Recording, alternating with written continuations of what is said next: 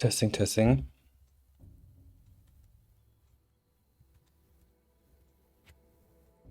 Okay, you can't hear the music.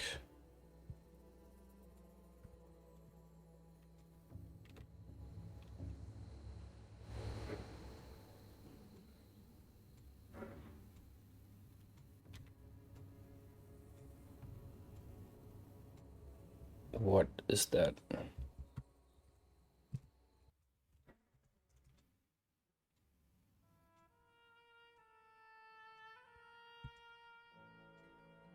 Okay, something new every day. So, after today's update video, I thought more about the game ideas I have, and yeah, I decided to make a stream to explain them.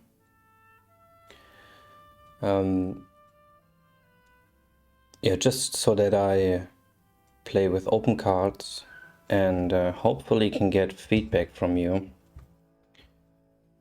as to which one of these or any combination of these ideas could be the best one. So that's what today's stream will be about. I will abuse the editor as a paint program just to visualize what I'm talking about. And much of it centers on the path and how the path will look like. So I'll go over the different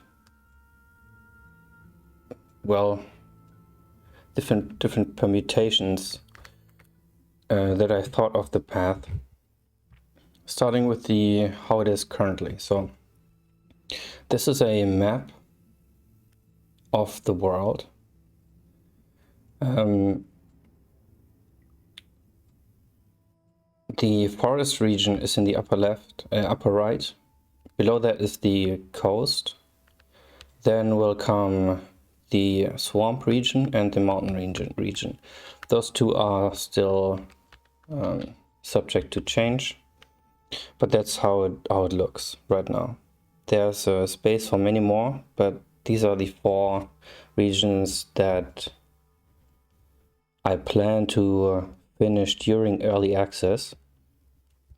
And how the path works currently is it starts somewhere randomly and then makes its way as it wishes, and then it stops.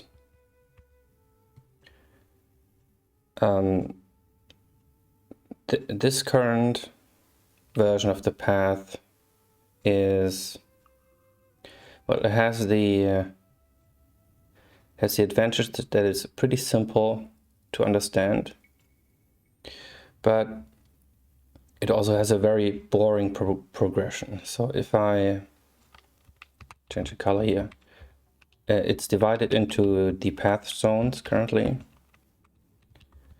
but you don't have an influence on the path. So that's how it is currently. And I don't necessarily need to change it to something else, but there are different things I could do with the path. And I'll list them now. There are 6 of them. The next one is segment. So I gave them all names. This one was the long path. These are the segments. So it's pretty obvious when you have regions that you finish one thing and then move on to the next region. So segments does exactly that. It has not one path, but 4 paths. So one would be here in this region. Another one would be here in this region. Another one in this, and so on. So these are the segments. You would complete one path, move on to the other, and then to the next. Could be in a fixed sequence, could be randomized. So the advantages of this approach is that it gives a clear progression. So let's say you always start in the forest region, and then you finally, for the first time, you made it towards the coast. Then you die, and then rinse and repeat, and then finally you made it into the swamp, and so on. So there's a very obvious progression to it. The downside, of course, is that you always start in the forest, and that can lead to basically region exhaustion. That's the downside of this approach. So those were the segments. The next one is loops. So it's basically just like the segments, but the path is looped.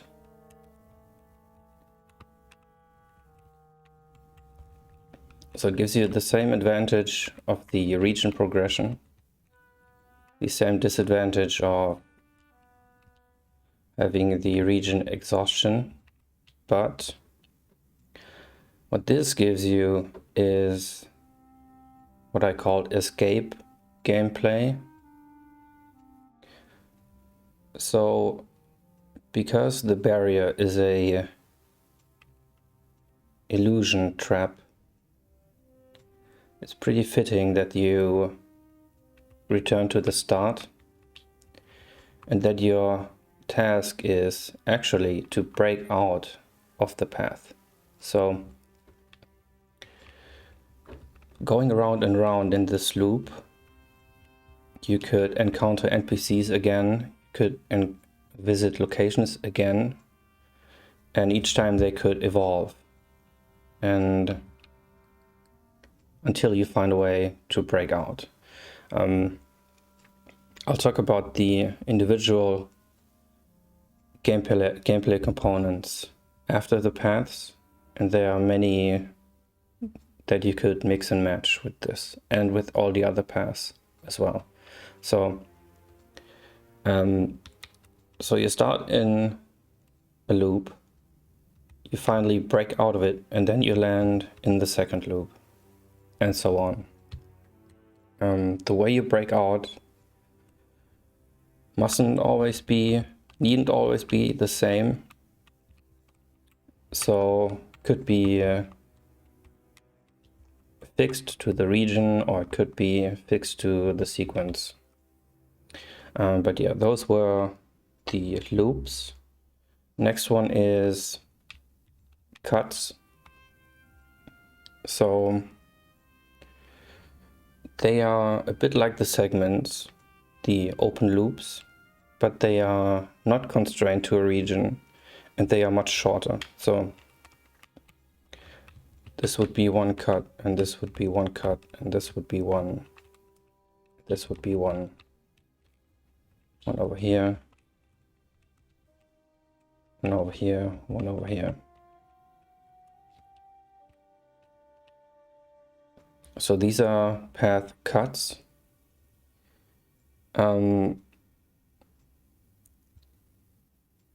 Upside of those is that you have a countable progression. So you have a relatively short piece of path that after you've finished, probably with some kind of a challenge at the end that you have to complete, and then after you've finished it, you move to somewhere completely else. And you could take count of how many of these you've completed. And one fun addition would be that you revisit these. So let's say you get a set of 10 in every run, and each of them has some kind of a significance, and you find ways to jump between them, to revisit ones with important NPCs on it, or maybe they have a resource that wasn't accessible the first time. So yeah, those would be an added benefit of this is that you don't have the region exhaustion, because they jump all over the world. So yeah, those are the cuts.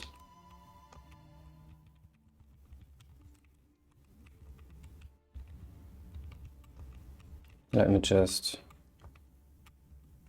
remove this. Haven't added a bucket fill tool yet to my MS Paint emulator.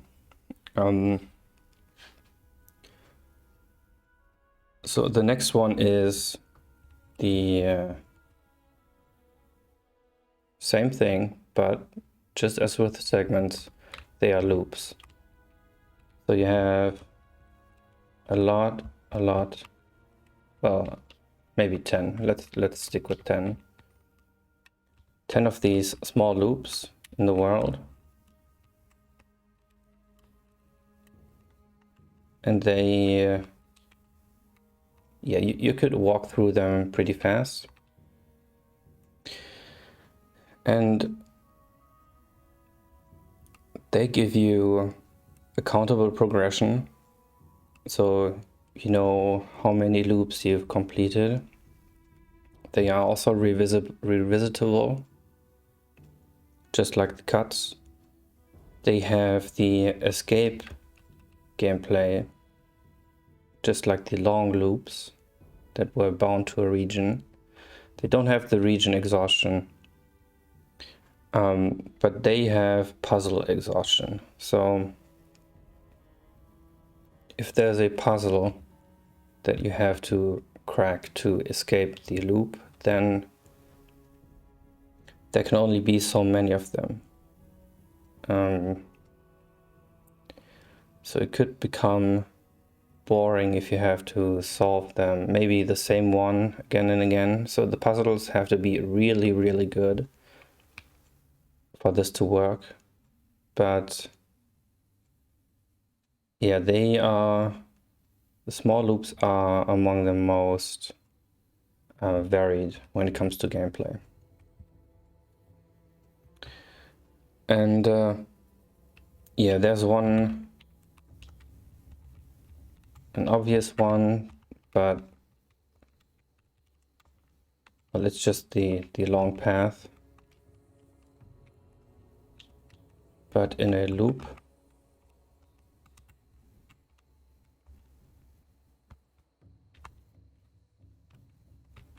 Yeah, that would be the long path as it exists right now, but it closes itself. Maybe not, yeah, let's leave one region out. Something like this. And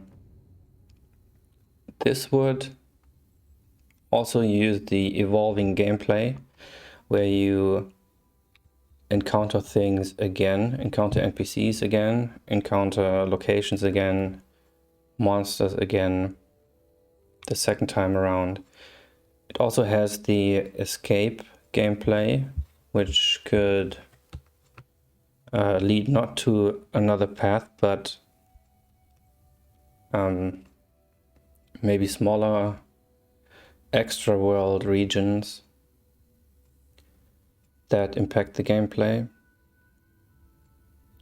So yeah, this is the long loop, and those are the 6 good variants that I came up with. The problem is that you could, of course, mix and match all of them. But I want the game to be readable. I want it to be conceptualizable, if that's a word. And so yeah, that would probably be a bad idea. And then, of course, the hidden option is, well, it would be pretty insane, but it could still make the game completely open world. There's nothing really stopping me from doing it, other than that I've spent the last half year thinking about paths. So that would be a difficult change. Okay, so with these in mind, let's talk about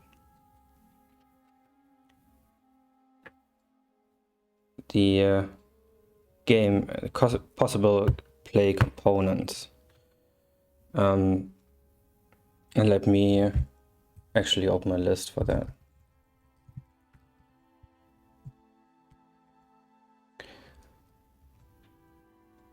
So these are things that I can just throw into the path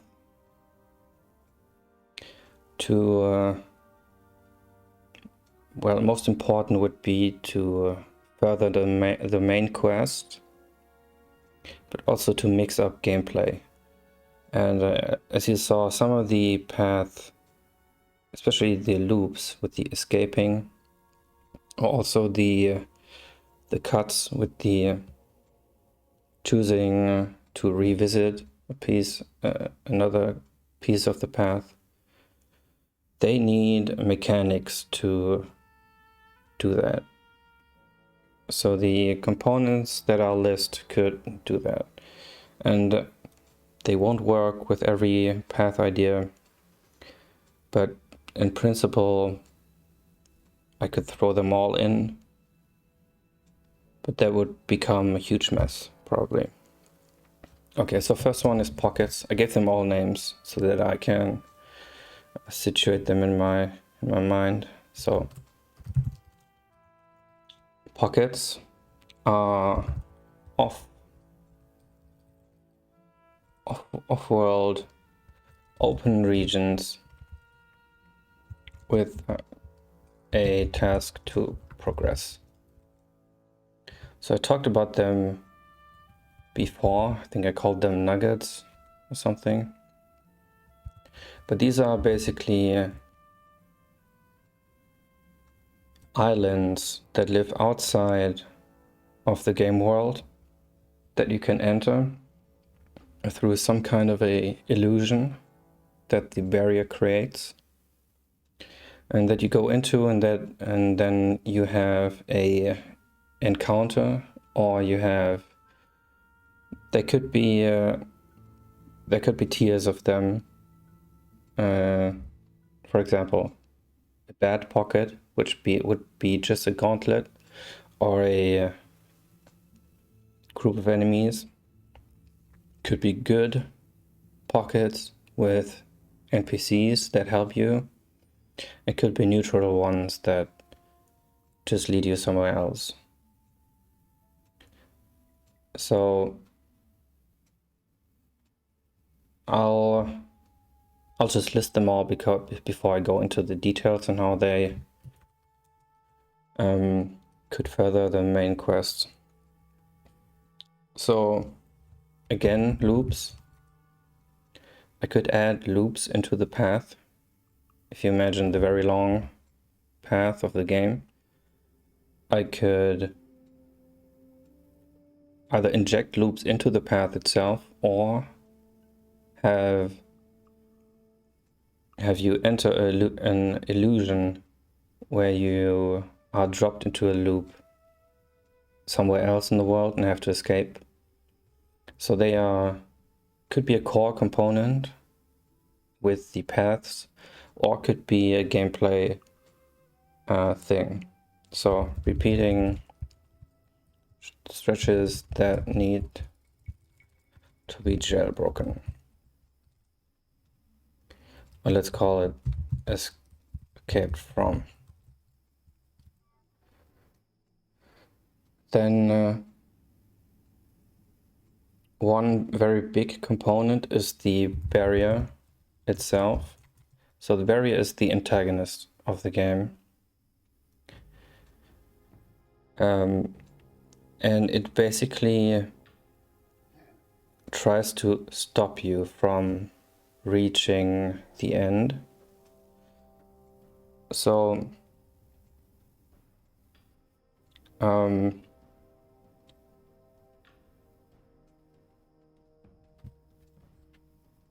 let me look at the list, because I have a whole nother list for just the barrier.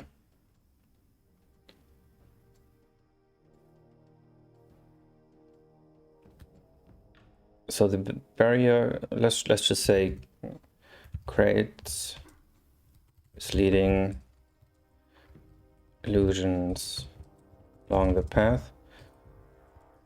And that could be as simple as you enter a door, but you exit somewhere completely different.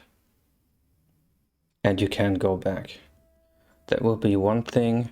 It could also create false places where you think it's one thing, but it's actually something different. It can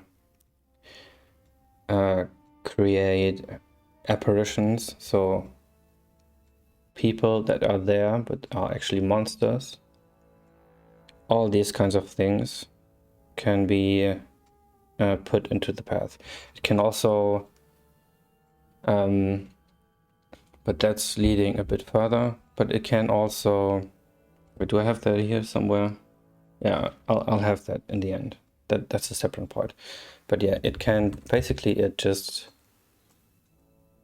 misleads you, misguides you, and you'll have to see through that through different means, of course. So you can, simplest example would be that if you know that there's an illusion, you could drink a potion to make it go away, or if you want an illusion to appear, you could drink another potion, etc., etc. Then heists. So the barrier was more concrete, so let's put it up here. The others are more abstract. So heists are basically branches, a cul-de-sac branch in the path, where you have to reach the end and get something and come back. So this could be tied to the main quest. Item at the end of a branch that needs to be retrieved. So that's the original rogue idea, and would be a nice callback, but it's also pretty useful for completing tasks for the main quest. And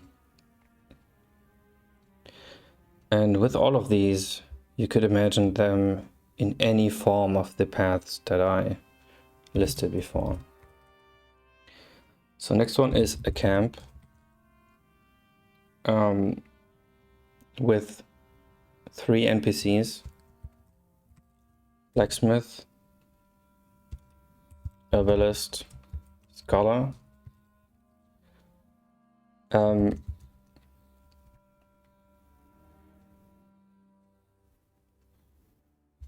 To make this work, I need to situate them out of the path somewhere, so that you can reach them if you need to through some means, and that depends largely on the path idea, how you would do that. So if I have the segment approach, where you have a segment in the forest, a segment in the coast, a segment in the swamp, then it's obvious that I'd place the camp in between the segments. But if I have the long path, the one giant long path, then I'd probably have something like the path stones that are placed regularly, make them modifiable to turn into some kind of a portal or an illusion that you can step into. Then you're in the camp, and then you exit the camp and you're back on the path. So yeah, but the camp is will appear multiple times and probably not have all the NPCs in the beginning, but they are essential to the main quest. So yeah, that's the camp.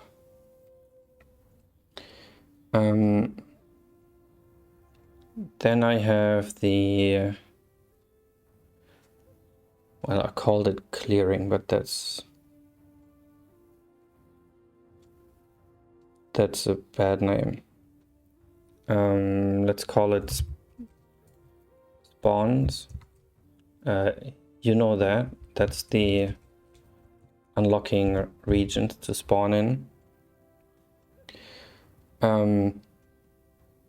Yeah, those are special stones in subregions that you can unlock spawns for. So that doesn't work with all the path ideas. For example, for the long path, it's kind of awkward because you unlock so many of them at once. But for let me see.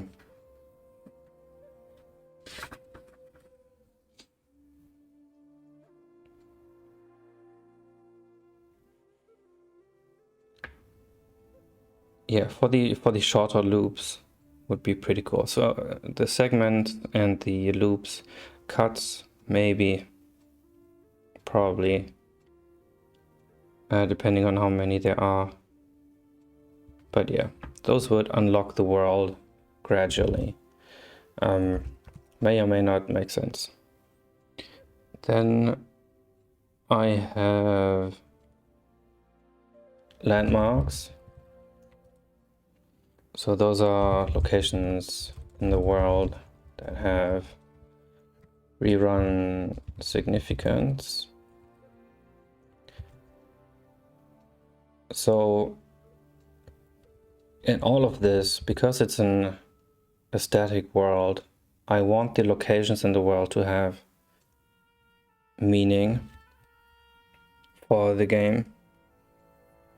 So they have to have some kind of a significance between runs, and that could be as simple as making the main quest gradually easier the more locations you've discovered, for example. But they could also directly tie into the main quest in that, together with the heists, for example, that you, let's say you need an item for the main quest, which I don't think I'll spoil right now, but let's say you need an item and the blacksmith tells you where it is. The blacksmith tells you, okay, you need these items to open the portal to there, and then you go into the portal and you end up in a heist situation where you have to enter the landmark location, go into a dungeon, retrieve the item, and go back to the camp. That would be another way to bring the locations more into the game. Other than, I know they are kind of generic right now in the game, but I intend to change that so that at least each region, but hopefully more, every sub-region has its own very recognizable landmark. That could be a building, could be something else. Okay, that's landmarks. Then, as I said earlier, the barrier can do other things. That is modifiers. The barrier as a character.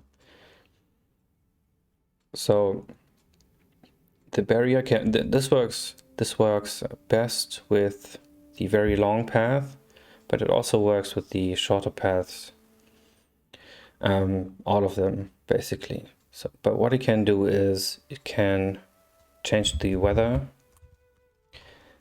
and I mean not make it light drizzle or make it pour, but I mean having a heavy blizzard covering a stretch of the path.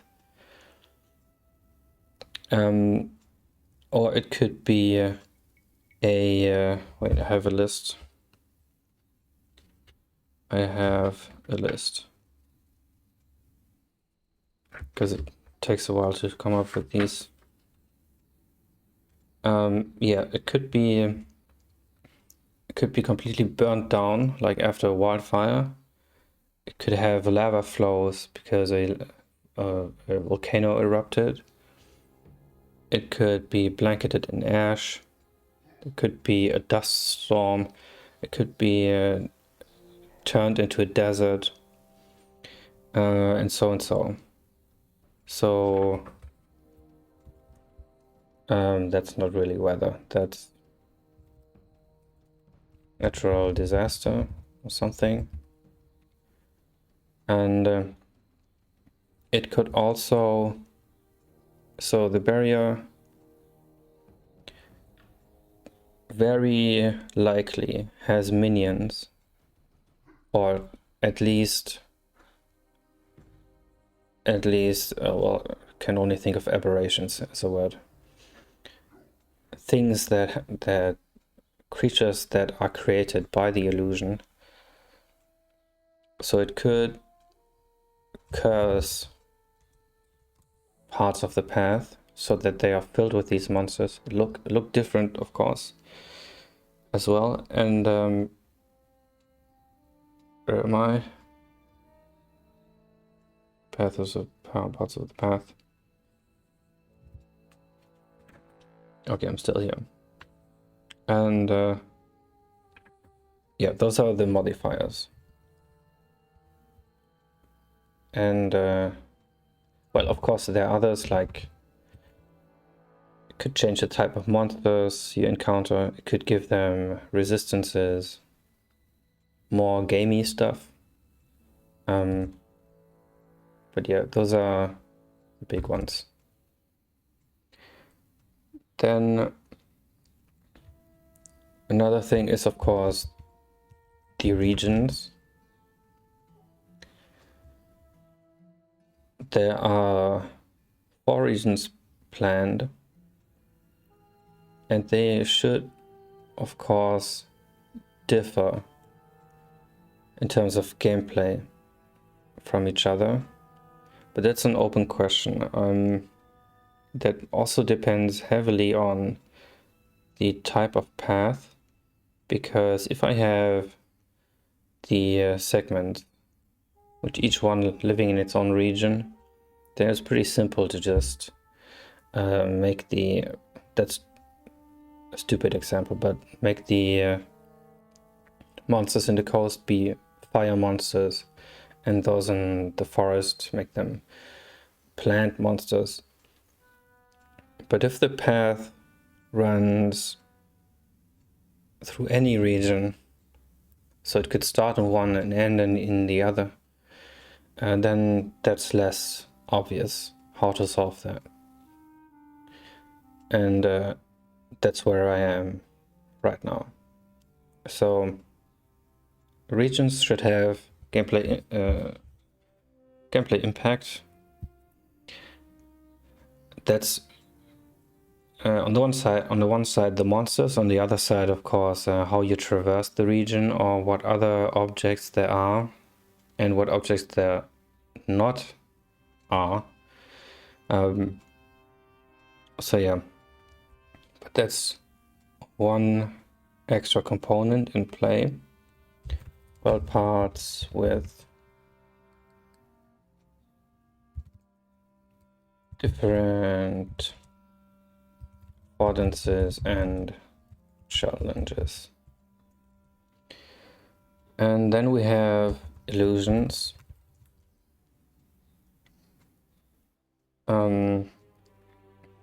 Those are a bit more complicated, but basically they are similar to pockets, but pockets are in the real world, kind of. They are off-world open regions, or let's just call it areas. This is also an area. It's not a whole region. Off-world areas that are not bound in any way to the world. So they most interesting possibility would probably be making them flashbacks.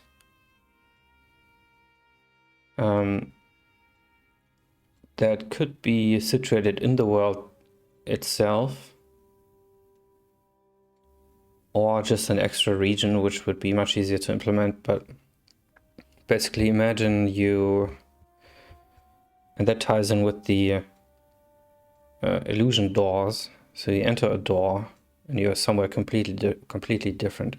That would tie in with that, and that you, let's say you expect to enter another dank, dark, monster-infested temple, but instead you're in a large ballroom and there's a banquet going on with hundreds of people. Don't have the budget for that, but let's just imagine there are a lot of people. They are all alive and everything's clean, nothing's broken. And then there could be, it could be just an encounter where you get lore, story. Could also be a puzzle where you have to solve something. Maybe uncover the hidden path stone somewhere that's poking out of the illusion to get back. But the illusions would be an awesome way to tell more about the world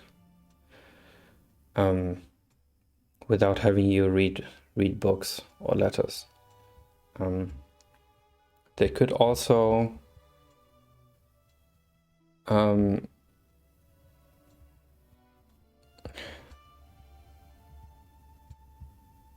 well, they could also tell more about the hero, but more in a circumspect way, because those are the illusions of the hero induced by the barrier. So they have to have something to do with the hero as well, of course. But the illusions are basically a wild card. It could throw you onto an asteroid in outer space, into a small monster gauntlet. So I think they could be a really cool feature. Of course, also a very what's the word? Expensive feature to implement, but I believe there's a balance. And yeah, illusions could also, like, I'm not sure where I said it before, could also be tiered in good, bad, and neutral. So there could be illusions that are just a complete nightmare, but there could be illusions that further the main quest. Could be neutral ones that just give you a resource. And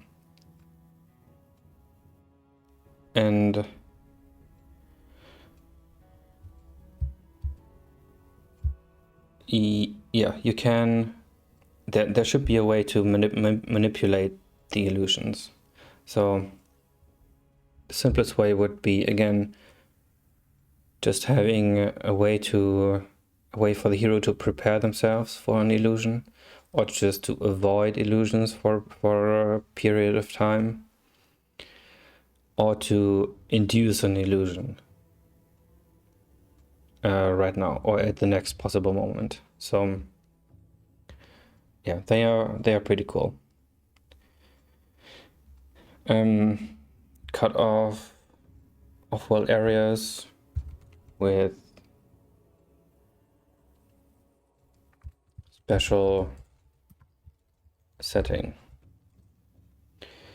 Okay, next one is that's a kind of illusion. It's a bad illusion. It's a gauntlet. That would basically be the barrier throwing you in somewhere where you have to escape. That ties in with the loops, kind of, not really. Could be just a stretch of monster-filled, crazy-looking, nightmarish scenario where you have to pass through. Maybe get a key and come back, or just pass through once and then appear where you were.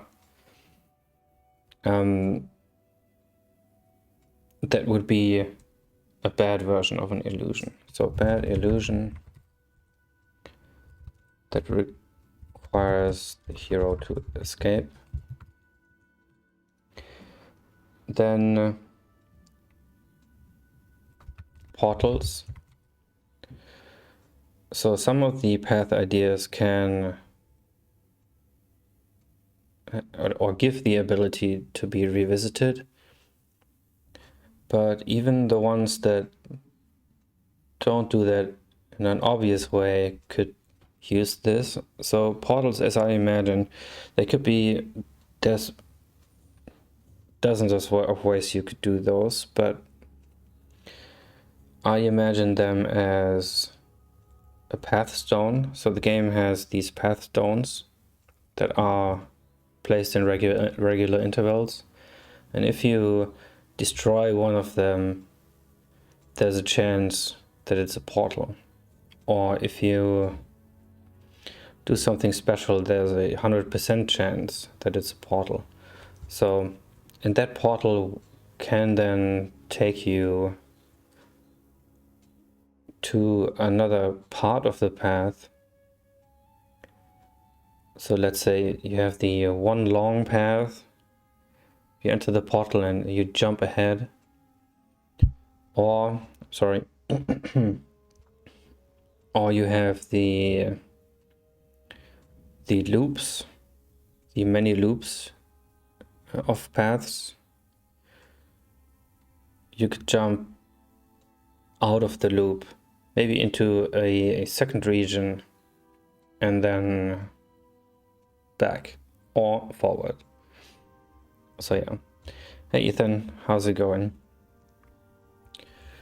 I'm doing a presentation on the game ideas I have. So path stones that lead to another part or different path. Next one is areas, but that's actually the same like as regions. So areas should have distinct features. So areas are the subregions. Okay, then I still have day and night.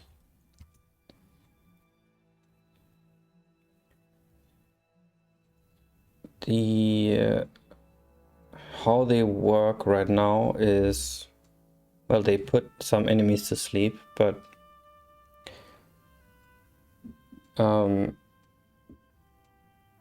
what I haven't explored is the current time in the world. So changing time of day, that could maybe play a role. in some kind of capacity. So then I ran out of words, so the names become stupid. Doing well, Ethan. How are you? How are you doing?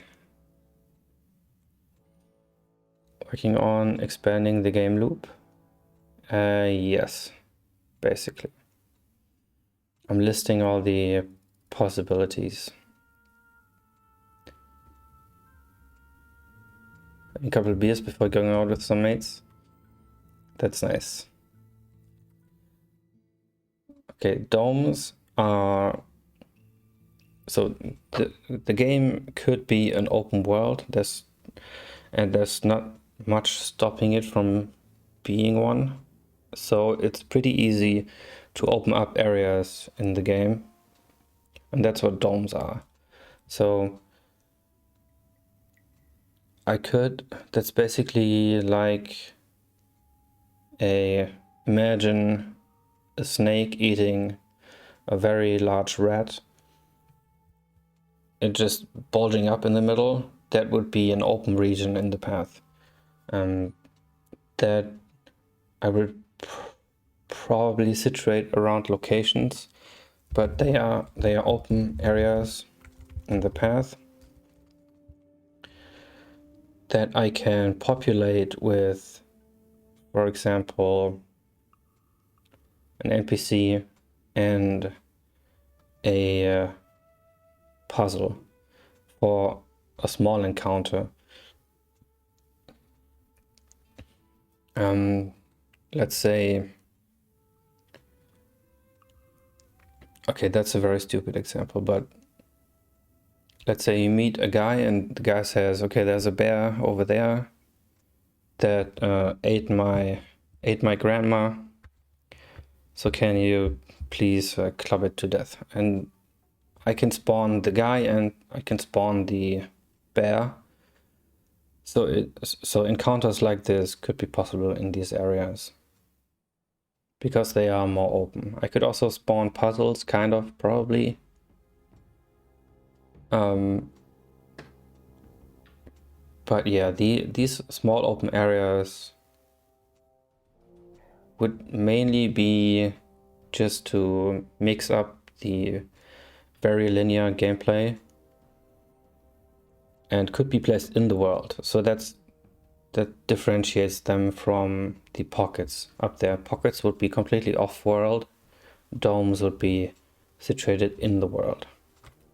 So yeah, that's what those are. Oh, okay, no worries, Ethan.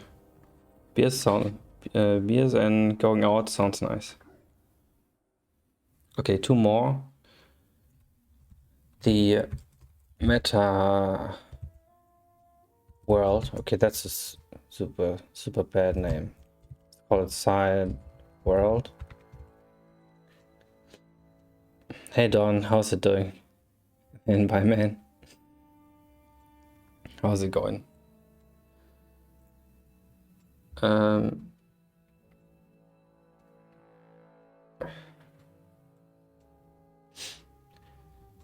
So the problem with all the path ideas is that it's very hard to advance a quest.